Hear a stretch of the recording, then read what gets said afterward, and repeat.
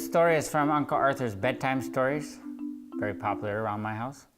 It's called Ingratitude, and it's kind of a sad story. It's about a boy who lived on the farm in the middle west of the Americas, and he was born to a mom and dad who loved him more than life itself.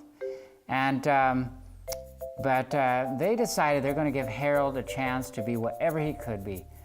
They thought maybe he'd be a judge someday, or maybe even the president of the United States. Anyway, Harold's going to have this chance, and how could it be done? Well, it's going to cost a lot of money. So immediately the dad started thinking. He said, you know what I'm going to do? Instead of having tobacco, I'm going to put, when I'm tempted to get some tobacco, I'm going to put the money in this little jar. And the mom said, you know what? Well, when I'm going to have some tea, I'm going to take that money and put this in this jar. And they started saving, and they saved and they saved and they saved, years of saving. And it was like really hard saving, self-sacrificing. But nothing was too hard for saving for Harold. And the years went by, and finally Harold was going off to college, and they took him down to the train. He was all dressed up smart, and they were so happy, and Mom was crying her eyes out, and Dad went around. He had a heart of lead. He was just so sad to see his son go, because his son had to be away at college for 5 years, and they didn't have enough money to spend to take the train to go see him, so they were going to see him in 5 years. But after 2 years, his dad was so sad. He said, you know what, I got to go see Harold.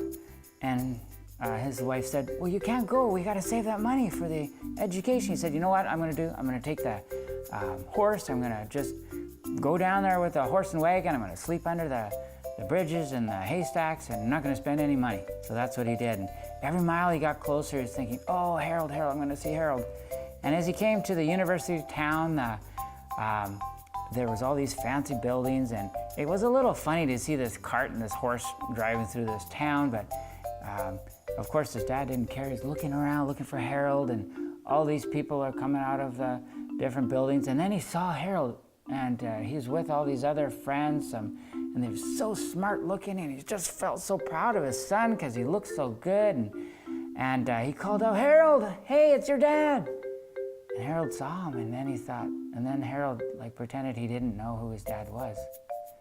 And he called out again, Harold, it's me, your dad. And he sounded a little more desperate. It's like Harold just said, I don't know who you're thinking. I don't think you know who you're talking about. You better just take that contraption out of here and go home. His dad was just devastated. And he turned the wagon around and headed home over these lonely miles. And he got home, and he was so discouraged. His wife could tell something was terrible had happened, but he didn't say nothing. And he went in and sat down in front of the fireplace, and he just was so sad.